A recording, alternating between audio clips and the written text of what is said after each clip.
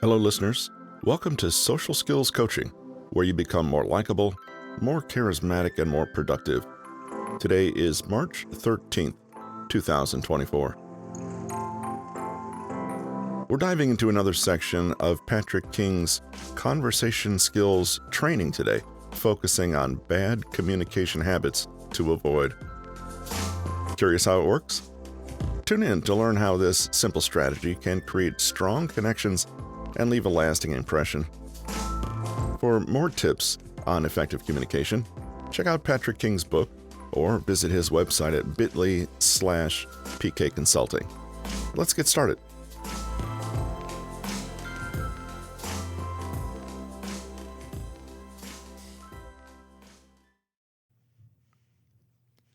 Other bad communication habits to avoid. Maybe you read the previous descriptions of barriers to communication and thought it all sounded a little serious. Perhaps you are simply looking for ways to improve everyday conversation and not necessarily become a master at juggling the deep and meaningful stuff. However, even if you are, on the whole, a flexible, open-minded, and non-judgmental communicator, you may still fall into the common habitual conversational traps that plague the best of us. That's because the biggest barrier to excellent communication is all those small, mindless, and automatic acts that erode trust and connection.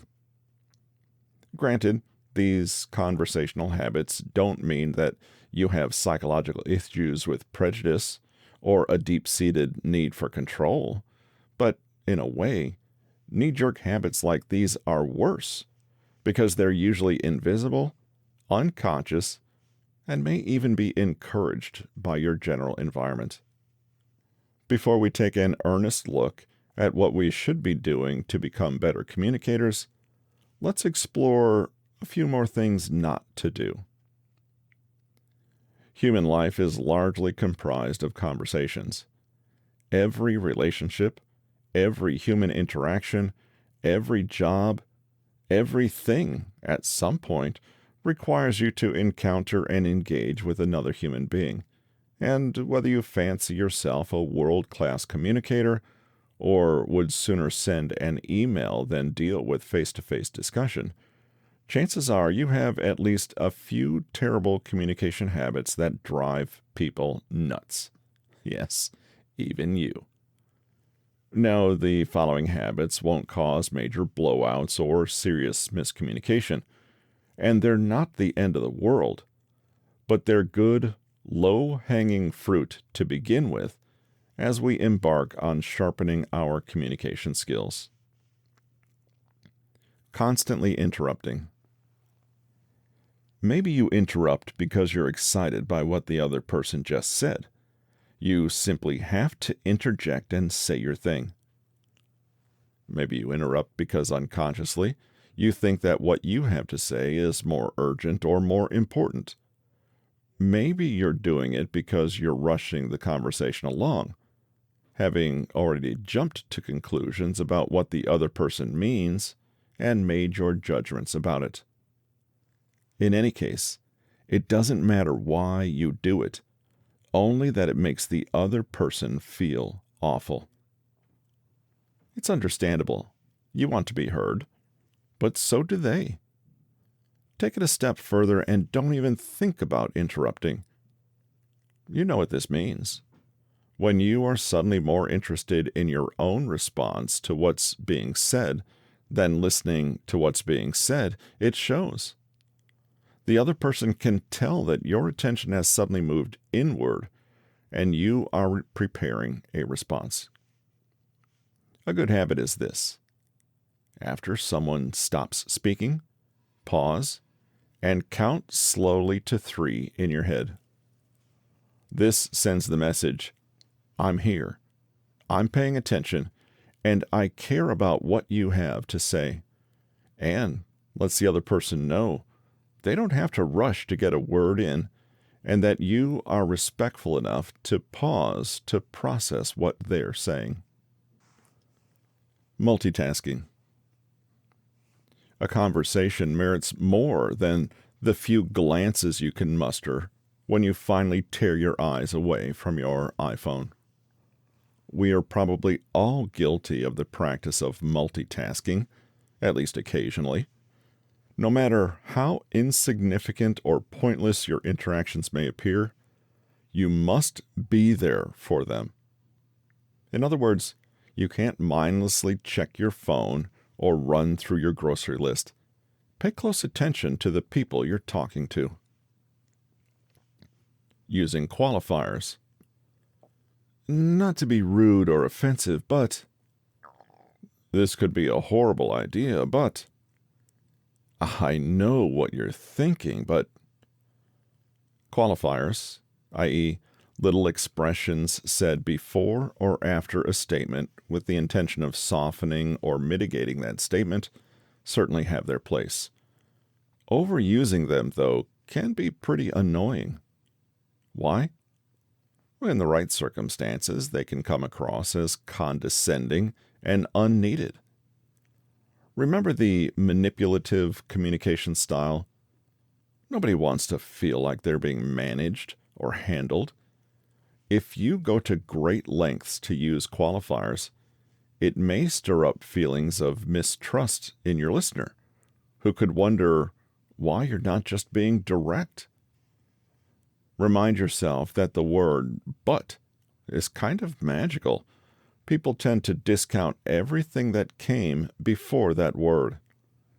It's yet another barrier, albeit one that is mostly just annoying. Equating your experiences.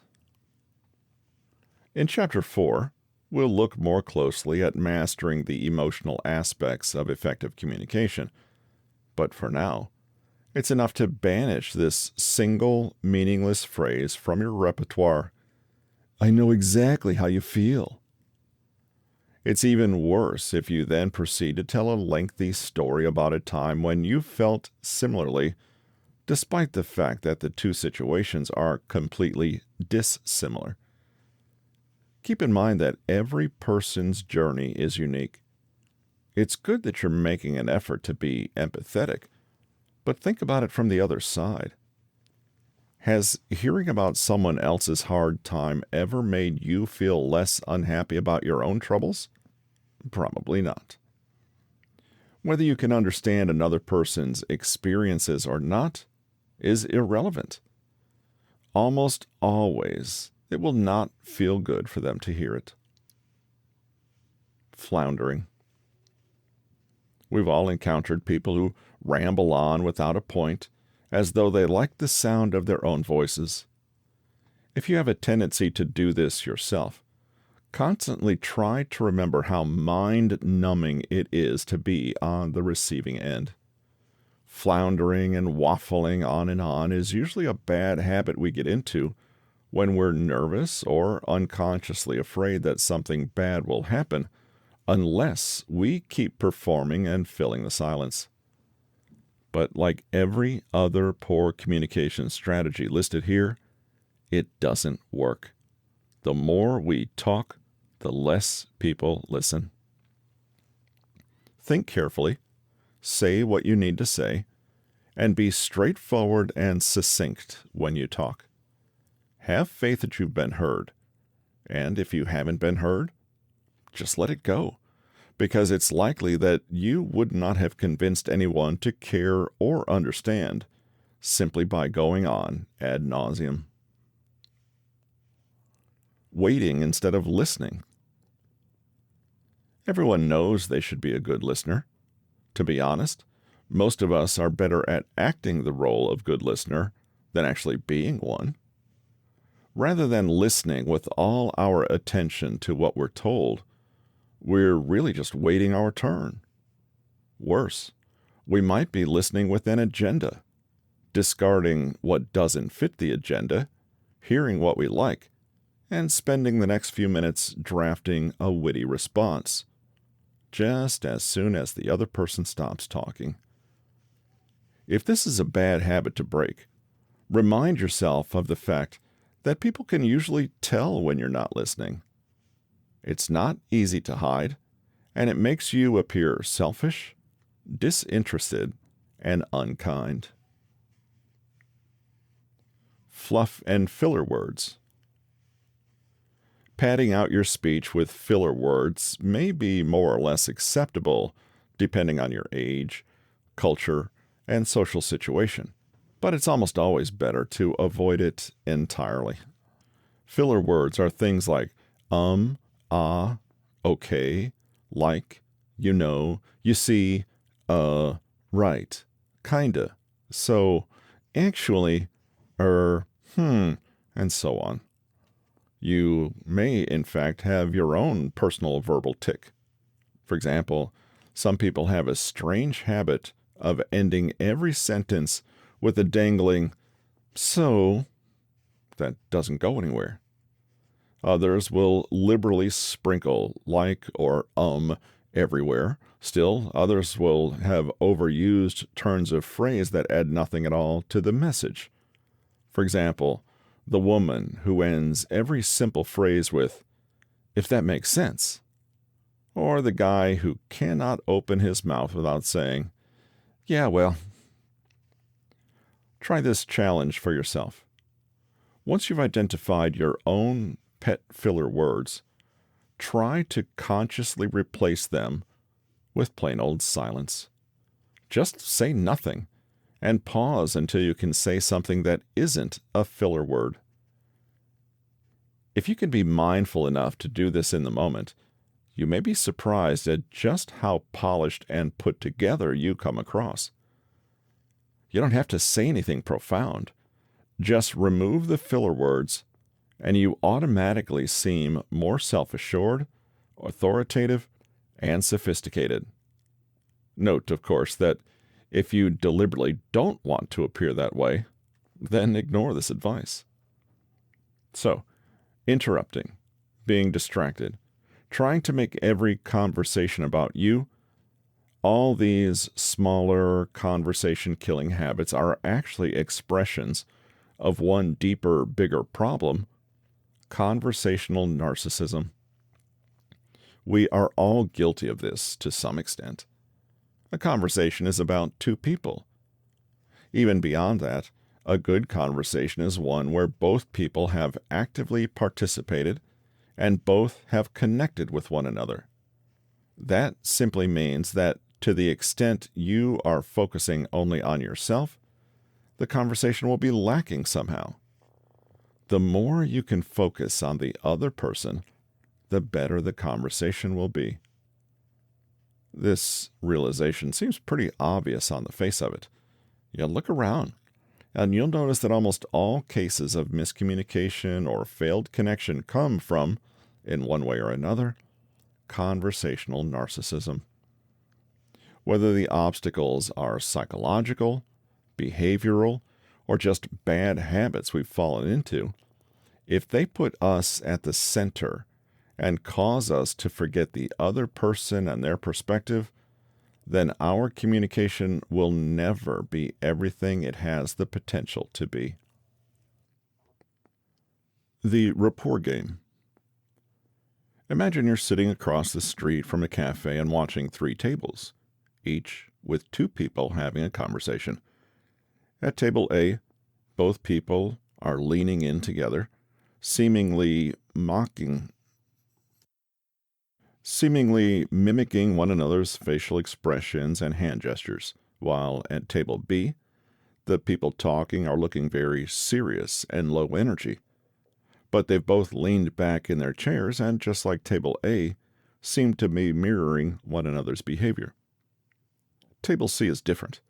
One person is seemingly excited and smiling, while the other is calmer, speaking less, and adopting a completely different posture and facial expression. Without knowing anything about the content of the conversation, you can probably tell, even from afar, which conversations are going well and which one isn't. That's because at its most fundamental, good communication is not about the words you say, but the degree of concordance, harmony, and synchronicity between you and the person you're talking to.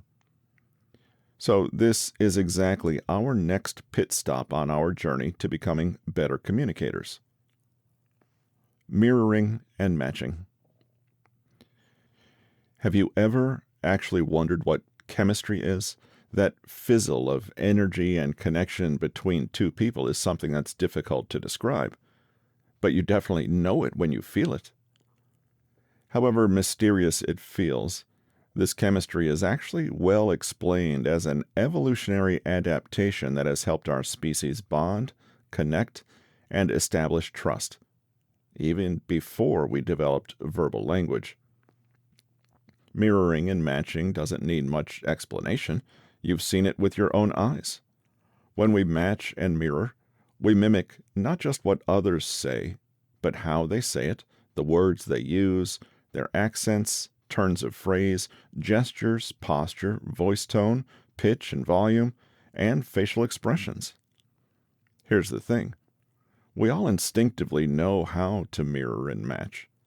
It's just that the more charismatic among us know how to do it deliberately. In the 1970s, Richard Bandler and John Grinder introduced a communication theory called Neuro-Linguistic Programming, NLP. They claimed that most people tend to feel happier and more comfortable around those who are similar to them, even if this recognition of similarity is largely unconscious. Have you ever noticed two people get together for the first time and immediately start to look for things in common between them? They may smile as they both realize they grew up in the same area, or like the same shows when they were kids, or both indirectly know the same people. As they do this, they may start to reflect and mimic one another, matching the other's tone of voice, hand movements, and other idiosyncrasies. It's as though the more similar we feel to the person in front of us, the more we feel that they can hear and understand us, and the more we trust and like them. Mirroring is copying and reflecting a behavior in the same moment. So they smile and you smile. They whisper, and so do you. Done right, it creates feelings of harmony and synchrony, like you're both doing a coordinated dance in time with one another. Matching is copying and reflecting, but not necessarily at the same time. So perhaps they use an unusual or noteworthy turn of phrase, which you remember and return to later in the conversation, almost literally communicating, "I speak the same language as you." The wonderful thing is that mirroring and matching can create strong feelings of harmony and connection even without you saying a word. It's difficult to estimate just how much communication is nonverbal, but it's clear that the proportion is significant.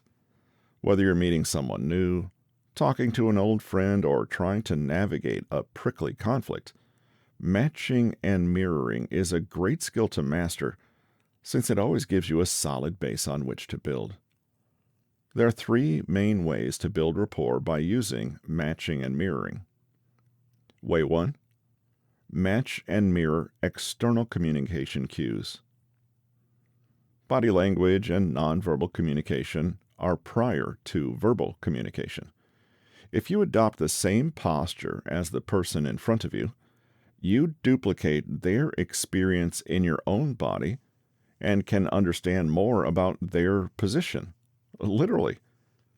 You also communicate that you're on the same wavelength and will create feelings of being in sync. In conversation, simply notice how open or closed body language as a whole seems. Look for tension, crossed arms, hunched posture, closed fists, frowning, or relaxation, open arms, expressive hands, legs uncrossed. Without aping them very obviously, try to match this degree of openness or closedness. Next, notice gestures, i.e., body postures in motion. Are they moving quickly or slowly? Are they graceful and flowing, or sharp and staccato? Wide and expansive, fidgety, protective, restrained? How do the gestures line up with everything else in the conversation? Match and mirror this. You can also match and mirror facial expressions. In fact, you might find you do this automatically just by paying close attention to the other person. You could focus on just one most notable aspect, for example, the eyebrows or corners of the mouth. Again, see if you can match the position, movement, and degree of openness or closedness here, especially at points in the conversation when emotional content is being communicated. You could say, "I know how you feel," but when your facial expression matches theirs, you're doing something more powerful. You're showing that you understand what they mean. Way 2. Match and mirror voice and language. This is a rich area to tap. Consider all the aspects of the voice that have nothing to do with the words used. Tone, rate or speed, volume, both loudness and simply the amount of speech, pitch, how high or low, pace, inflection and modulation, how you deliver your sentences and the flow of speech. For example, with lots of variation or with the steady, even, monotone. You can match and mirror on any of the 5 above aspects, or potentially all of them. The key, however, is to do it subtly and naturally. For example, if the person you're speaking to is talking quickly, fast rate, speaking quite loudly, high volume, and in a high pitch, and talking with an excitable and highly inflected tone, then you can signal your empathy and understanding of their frame of mind by mimicking some of this yourself. You could subtly raise your own pitch, talking a little louder than you ordinarily would, and mirror that excitement back at them. Overall, you're attempting to match the energy of what they're communicating. Just remember that the voice is a part of the body, so every aspect of the voice is essentially body language. One thing you might not have considered is what communication experts call sensory predicates. Basically, these are systems of meaning that we use to explain our experiences. We each have a system, whether we're aware of it or not. I.e., we might favor descriptions and explanations that are visual, auditory, kinesthetic, feeling, auditory digital. A few examples will show how sensory predicates play out in real life. A visual predicate, for example, uses language, symbolism, and metaphors that are based in the physiology of sight.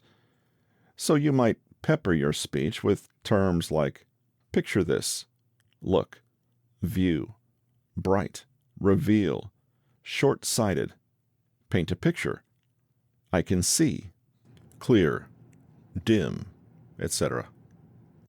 Similarly, more auditory, to do with sound predicates, will include phrases like listen, tell, clear as a bell, on the same frequency, lend me your ears, strike a note, loud and clear, etc.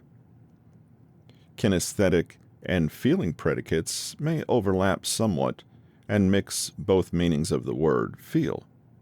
For example, I'm touched, concrete, solid, hot and bothered, get in touch, handhold, grasp, make contact, etc. So-called auditory digital predicates are more focused on the cognitive experience of the world. For example, with terms like understand, know, think, process, figure it out, pay attention, wonder, etc. The point of understanding the predicates someone uses is so that you can match and mirror these too. The result? can be an instant connection of feeling and rapport. For example, if someone consistently uses visual predicates, they may say, "I like the look of this idea. You've painted such a clear picture of the most important goals." If you pick up on this, you can continue and expand the visual metaphors, or include your own by later saying something like, "I see what you mean. I'm glad we're focusing on the same vision here." Now, this might not seem like much, but it's a powerful way to unconsciously signal that you speak the same language, and even more than this, inhabit the same perceptual world as the other person. If you're not entirely clear which kind of predicate the person is using, it's no big deal. Simply prick your ears. There's an auditory one, to the kinds of metaphors they use, and repeat or expand on them rather than abruptly switching to a different metaphor.